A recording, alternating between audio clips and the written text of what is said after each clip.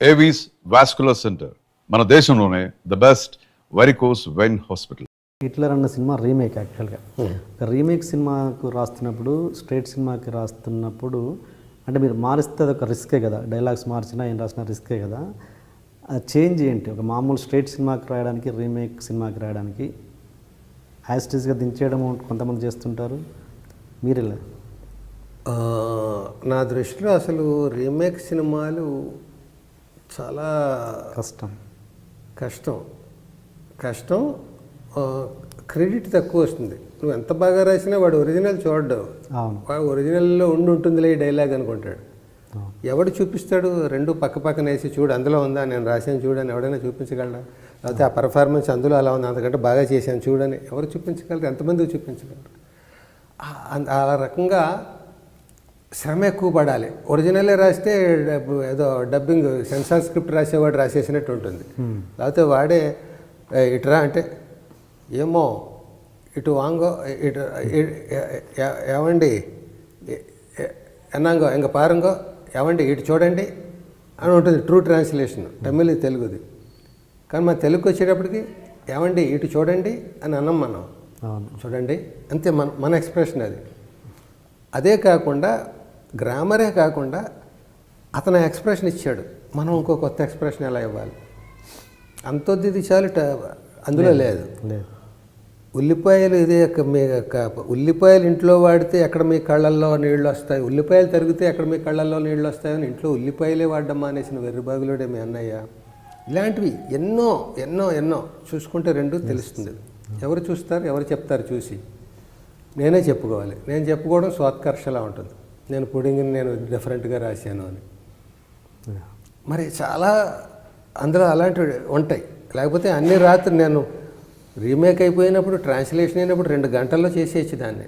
నేను రోజుకి 2 సీన్లే రాసి 20 రోజులు 25 రోజులు ఎందుకు తీసుకున్నాను? పామ్ గ్రో హోటల్లో ఎంజాయ్ చేయడానికి నేనేం ఇంకో రకమైన అలవాట్లు లేవు నాకు.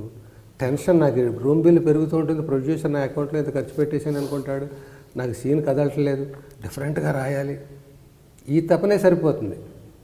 అదే. సో చాలా రిస్క్. అదే ఒరిజినల్ అనుకో, మన భావం వచ్చింది రాస్తాం. అది ఎలా ఉంది, ఇలా కంపారిజన్ ఉండదు, ఫ్రెష్గా ఉంటుంది. ఇప్పుడు పక్కన పువ్వు పూసేసి పక్క చెట్టు దానికంటే అందమైన పువ్వు పూయాలనుకోవడం ఎంత రిస్క్ అది. అట్లాంటిది అన్నమాట ఇది. మీరు అంటే ఓకే, మీరు ఎక్కువగా కామెడీ రచయితగా, ఇలాంటి ఎమోషనల్ సీన్స్ రచయితగా బాగా జనాలకి, ఇండస్ట్రీ వాళ్ళకి, ప్రేక్షకులకు తెలుసు. కానీ చాలా విచిత్రంగా మీరు ఓంకారం అనే సినిమాకి రాశారు, రాజశేఖర్ ఉపేంద్ర డైరెక్టర్గా. కానీ అది ఏంటంటే అది జనాలు ఇప్పటికీ చాలామందికి తెలిసి ఉండదు, మీరు దానికి రైటర్ అనే విషయం చాలామందికి తెలియదు, ఏది డైలాగ్ రైటర్ అని. అసలు అలా ఎలా సెలెక్ట్ చేసుకున్నారు మీరు? ఒక యాక్షన్ సినిమాకి ఎల్బి శ్రీరామ్ ఏంటి అనేది ఎవరు అసలు ఆ డైరెక్టర్కి తెలియక తీసుకున్నారా? ఇందాక దాంట్లో డబ్బింగ్ సినిమాలు అది ఆ టాపిక్లోనే చెప్దాం అనుకుని అన్నం ఉడికేసింది, నువ్వు అడిగిన దానికి సరిపోయింది అనుకుని ఆపేసాను. కానీ అది నువ్వు మళ్ళీ అడగడం నేను అన్ఎక్స్పెక్టెడ్. అది కూడా ఇప్పుడు చెప్పచ్చు. ఓంకారం అనే ఓం సెన్సేషనల్ హిట్, మామూలు హిట్ కాదు. ఉపేంద్రే ఆ వేషం వేశాడు. ప్రేమ, ఇందులో కూడా ప్రేమే, అందులో కూడా ప్రేమే. కేవీకే మన ఈయన సత్యనారాయణ గారు, కేవీ సత్యనారాయణ గారు ప్రొడ్యూసర్. ఆయన రాజశేఖర్ గారిని హీరోగా పెట్టుకుని, సేమ్ ఉపేంద్రని హీరోగా కాకుండా డైరెక్టర్గా పెట్టుకుని, అదే ప్రేమను పెట్టుకుని తెలుగులో చేయడానికి మంచి గ్లామరస్ ప్రోడక్ట్గా చేయాలని అనుకుని ఇలా ఒక్కొక్కళ్ళు ఒక్కదాన్ని పెట్టుకుంటూ డైలాగ్ రైటర్గా ఎల్బి శ్రీరామ్ని పెడదాం. మంచి అప్పటికి నాకు కొంత పేరు తగిలాడింది, పేరుంది, మంచి రైటరు, బాగా తపన పడి రాస్తాడు ఇవన్నీ అనుకుని నన్ను పెట్టారు. పెట్టాక నేను ముందు నాకు ట్రాన్స్లేషన్ స్క్రిప్ట్ ఇచ్చారు. ఇచ్చిన తర్వాత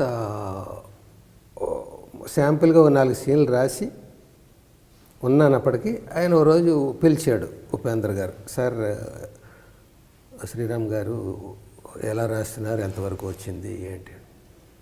సారీ అండి, ఇంకా ఎలా బాగా రాయాలనే తపనతో 4 సీన్లు రాశాను ప్రస్తుతానికి. టైం ఇప్పుడు 2 రోజులు 3 రోజులు అయిపోయింది. పైగా మీరు అక్కడ పెద్ద సక్సెస్ఫుల్ సినిమా ఇది కదా అంటే ఆయన కూర్చోపెట్టి అన్నాడు, నాకు ముందే చెప్పాలనుకున్నాను, ఇప్పుడు చెప్తున్నా.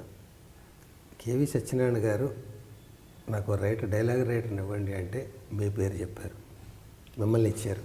మీ గురించి ఎంక్వైరీ చేస్తే మీరు ప్రూవ్డ్ రైటర్ అని, ఒక డిఫరెంట్గా రాస్తారని ఇవన్నీ చెప్పారు, తపన పడి రాస్తారు ఇదని. నేను మిమ్మల్ని కోరేది ఏంటంటే, నాకు మీ టాలెంట్ దయచేసి ఈ సినిమాకి వాడద్దు, తప్పుగా అనుకోకండి. ఎందుకంటే కన్నడంలో అది హిట్ అయిన సినిమా. అది అక్కడ నేను డైరెక్ట్ చేశాను, ఇక్కడ నేనే డైరెక్ట్ చేస్తున్నాను. ఒక డైలాగ్ ఎలా చెప్పాలనేది నాకు ఒక ఫిక్స్డ్ కన్వెక్షన్ ఉంది. ఇక్కడ నా బదులు రాజశేఖర్ గారు చెప్తాడు, ఆయన చేత నేను చెప్పించాలి. పరభాష నాకు కాబట్టి నా మైండ్లో ఉన్న ఏయ్ ఆగక్కడ అని అన్నా అనుకో, ఆగక్కడనే ఉండాలి నాకు. ఎటు వెళ్తున్నావు, ఆగు కాసేపు అక్కడ అని రాస్తే నేను కన్ఫ్యూజ్ అవ్వడం, లేకపోతే నా ట్రెండ్ కాదు అది. నా భాష అయితే రెండు కన్నడే అయితే మేనేజ్ చేస్తాను, కానీ ఇంకో భాషలో నేను రాస్తున్నప్పుడు నాకు డైలాగ్ టు డైలాగే కావాలి. కాబట్టి దయచేసి మీ టాలెంట్ కాకుండా మీ ఇమేజ్నే నాకు వాడండి. మీ టాలెంట్ ఈ సినిమా వరకు నాకు వద్దు. ఇప్పుడు మరి ఏం చేద్దాం? టాలెంట్ వాడకుండా నాది యాజ్ ఇట్ ఈజ్ రావాలంటే ఏం చేయాలంటే, నేను అన్నీ ఇంగ్లీష్లో చెప్తాను, వెంటనే దానికి మీరు తెలుగులో రండి. ఎదురుగా కూర్చుందాం, టేబుల్ మీద చెరో కుర్చీ వేసుకొని. వేరే హోటల్ రూమ్ అది కాదు, ఇక్కడ ఆఫీసులో కూర్చుంది. లుక్ హియర్, ఇటు చూడు, shut up normal, please think. కొంచెం ఆలోచించు. నేను అనగానే మీకు ఏమో ఇంకా ఆలోచించకండి మీరు. నేను అనగానే మీకు ఏం తడుతుందో మీరు అది రాయండి, మీకు ఉన్న అనుభవంతో. అందులో ఏమొస్తే అది భలే ఉంది కొత్తగానేది అనుకున్నాను.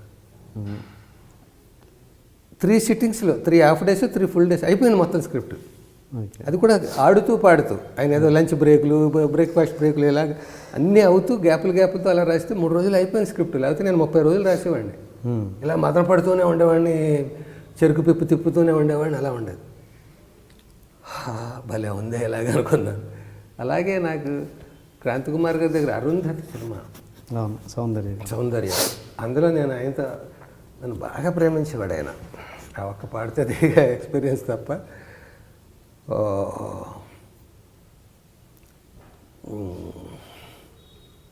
ఆయన అన్నాడు, ఆయన దగ్గర అన్నాను నేను, సార్ డైలాగ్స్ ఫ్రేమ్డ్గా కాకుండా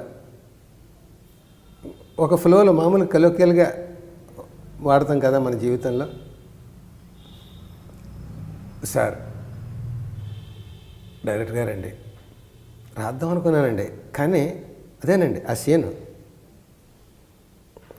రాత్రి అండి ఏదో డిస్టర్బెన్స్ అండి, ఇలా ముక్కలుగా మాట్లాడతాం. ఫ్రేమ్డ్గా ఉండదు కదండి, అందులో ఫీల్ ఉంటుంది కదా. అలాగ సినిమా స్క్రిప్ట్ రాస్తే ఎలా ఉంటుంది అన్నాను.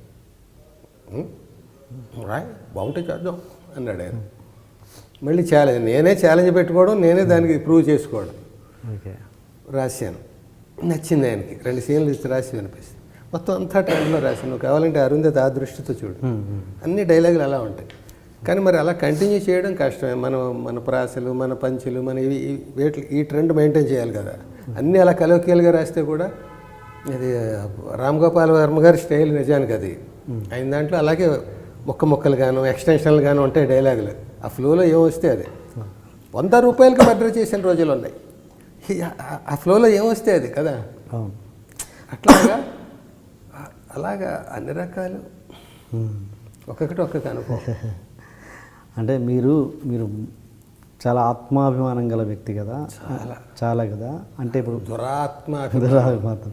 మరి ఉపేంద్ర గారు ఆ మాట అన్నప్పుడు, డైలాగ్ యాక్చువల్గా ట్రాన్స్లేషన్ కావాలి నాకు అన్నప్పుడు, మీరు అప్పుడే అనాలి కదా. మామూలుగా మీ క్యారెక్టర్ ప్రకారం అయితే ట్రాన్స్లేటర్ అయితే నేను ఎందుకండి, అసిస్టెంట్ డైరెక్టర్ని పెడితే చేసుకోవచ్చు కదా అని. చాలా అనాలిసిస్ ఉన్నాయి ఆయన దగ్గర.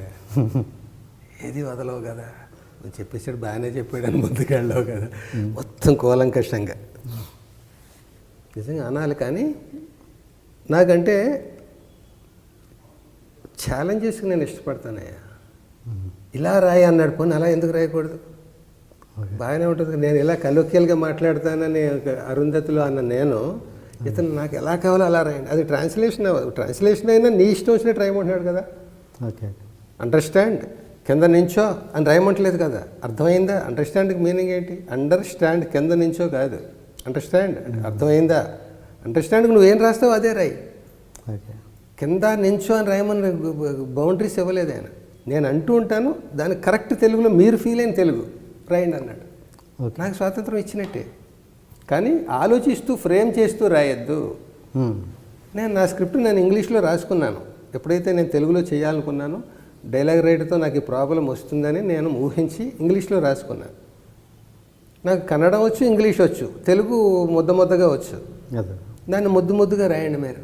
నేను అంటాను, మీరు వెంటనే రాయండి. అదే ఎల్బి శ్రీరామ్ స్టైల్, అదే అనుకుందాం ఈ సినిమాకి. ఓకే. నాకు నచ్చింది అది. అలాగే క్రాంతి కుమార్కి ఇచ్చిన ఆఫర్ ఆయనకి ఇచ్చింది నాకు నచ్చింది. ఇలాగే ఇంకో అనుభవం చెప్పాలంటే రైటర్గా చాలా ఉన్నాయి. సంగీతం శ్రీనివాసరావు గారు, ఆయన అంటే నాకు విపరీతమైన అడ్మిరేషన్. నాకేంటి అందరికీనా, ఎందుకంటే ఆయన వయస్సు రీత్యా, ఇందాక మాయాబజార్ గురించి మనం అది ఎందుకు ఆ గొప్పది ఏదో టాపిక్ వచ్చింది ఇందాక. ఇండియన్ బెస్ట్ స్క్రీన్ ప్లే సినిమాల్లో మాయాబజార్, షోలే అని చెప్తారు. అది పెద్దవాళ్ళు అన్నమాట, నేను ఇచ్చిన సర్టిఫికెట్ కాదు అసలు. నాకు అసలు ఆ సినిమాని అర్థం చేసుకోవడానికే చాలా కష్టం అవుతుంది. పాండవులే లేకుండా భారతాన్ని చెప్పిన సినిమా, ఇలా చాలా ఉన్నాయి దాని క్వాలిటీస్. పెట్టి మాయా పెట్టి, ఎస్వి రంగారావు గారు, సావిత్రి, వాళ్ళు ఒకళ్ళొకళ్ళు మార్ఫింగ్లు అవి అవ్వడం, అవన్నీ కొత్త రోజుల్లో. చాప ఎలా తెరిస్తే మురుచుకుపోవడాలు ఇవన్నీ. సో అట్లా ఆ రోజులు అప్పటి నుంచి ఉన్నాడు ఆయన ఈ సంగీతం శ్రీనివాసరావు గారు. పాత రోజుల సినిమాల దగ్గర నుంచి ఉన్న, అప్పుడు అసిస్టెంట్ డైరెక్టర్గా, అసోసియేట్గా అలా ఉన్న ఆయన. ఇప్పటికి ఎంత ఎనర్జీ లెవెల్స్ అంటే ఆయనవి, ఏ కుర్రాడితో అయినా పోటీ పడగలడు ఆయన. ఆయన దగ్గర నేను చెయ్యాలని కోరిక నాకు అప్పటి నుంచి. ఒక ఛాన్స్, ఒక్క సినిమా నాకు అట్లా. విశ్వనాథ్ గారి దగ్గర సినిమా, బాపు గారి దగ్గర, జంజాల్ గారి దగ్గర ఛాన్స్ లేదు. బాపుకి రమణ గారు ఉన్నారు, జంజాల్ గారు జంజాల్ ఉన్నాడు.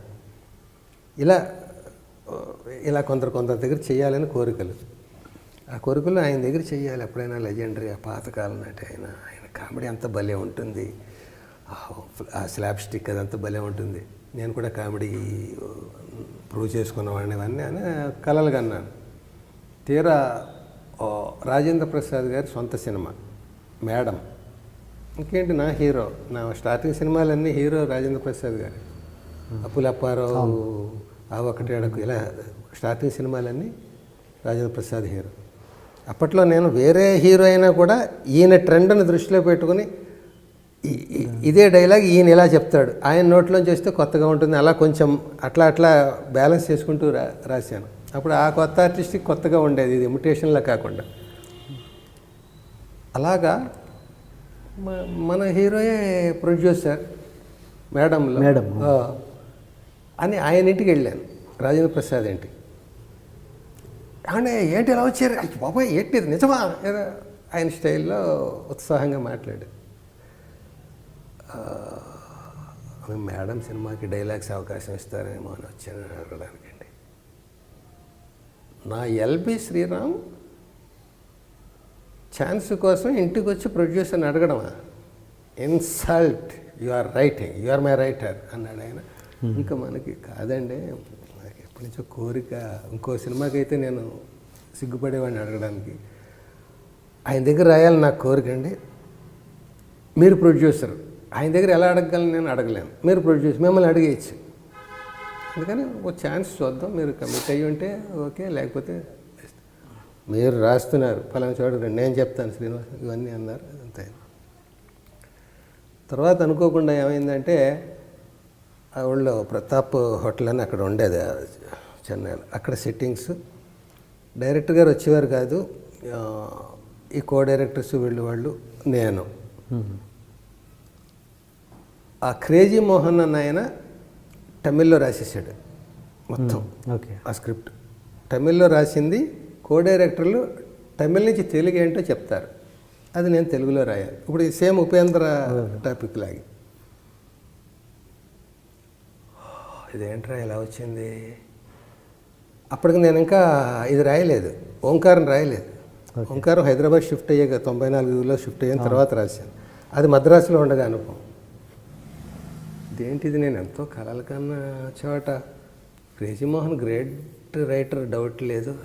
అది నేను యాజ్ ఇట్ ఈజ్ రాస్తే ట్రాన్స్లేషన్ అవుతుంది కదా, నా అర్జీ ఎలా తీరుతుంది, ఇలా రాయమంటున్నారంటే ట్రాన్స్లేటర్ కదా, దానికి కావాలి, రైటర్ కాదు కదా అనుకుని, సరే పెద్దవాళ్ళతో అట్లా మనం అలా అనకూడదు, ఛాన్స్ ఎందుకు వచ్చిందో రాని రాశాను. రాసిన తర్వాత అంతా నన్ను నేను కళ్ళాలు వేసుకొని నోటికి దానికి కళ్ళాలు వేసుకొని రాశాను. కో డైరెక్టర్ వాళ్ళు చెప్తుండేవారు, ఎలాగ రాశాను. షూటింగ్ హైదరాబాద్. నాకు ఇక్కడ లోపల ఇంకొకటి 2 అవకాశాలు ఉన్నాయి ఇక్కడ, నేను ఉంటే రాసుకునేవి.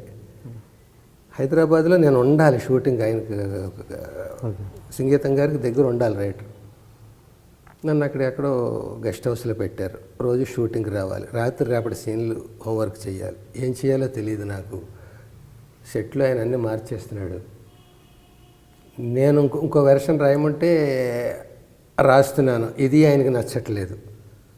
ఆయనకేం కావాలో నాకు తెలియట్లేదు, నేను రాసింది ఆయనకి నచ్చట్లేదు. అదేమో ట్రాన్స్లేషన్ చేశాను ఆ ఊళ్ళో. నేను చేస్తున్న మెట్లు దిగి చేసిన పనులు ఇవన్నీ. ఇక్కడికి వచ్చాను. ఆ మద్రాసులో ఉంటే 1-2 ఛాన్సులు ఉన్నాయి నాకు, అవి వదులుకుని ఇక్కడికి వచ్చాను. ఈ గెస్ట్ హౌస్లో పడేశారు. షూటింగ్కి వెళ్తున్నాను, గెస్ట్ హౌస్లో ఉంటున్నాను. నా ఊరే హైదరాబాద్, కానీ పరాయి దేశంలో ఉన్నట్టు ఉంది నాకు. వాళ్ళందరూ షూటింగ్కి వెళ్ళి నేను రూమ్లో ఉంచాను. అదే తృప్తి లేదు, కొట్టలేదు, ఇలా వచ్చింది ఏంటి అని అనుకుని చూశాను. సెట్కి వెళ్తుంటే అక్కడ నేను రాస్తూనే ఉండట్లేదు, ఇంకోటేవో ఉంటున్నాయి. ఓ రోజు కూర్చొని చెప్పాను, సార్ నేను ఎంతో కలలు కన్నానండి మీ దగ్గర రాయాలని. నేను జనరల్గా అడగడానికి సిగ్గుపడతాను ఎవరిని అడిగినా, చిన్నవాళ్ళైనా పెద్దవాళ్ళైనా కూడా. మీ దగ్గర మాత్రం అడగాలి, లేకపోతే అవకాశం రాదని ప్రొడ్యూసర్ ద్వారా వచ్చానండి. నన్ను ట్రాన్స్లేట్ చేయమన్నారు సార్ క్రేజీ మోహన్ గారి స్క్రిప్ట్ని. నేను గోస్ట్ వర్క్స్, ట్రాన్స్లేషన్స్ అట్లాగా చేయడానికి నేను ఎందుకు సార్, ఎందుకంటే నేను కొన్ని ఆశయాలతో వచ్చాను. నేను పుడింగి నేను కాదు, తపన పడే ఇది ఉంది నా దగ్గర. నాకు మంచి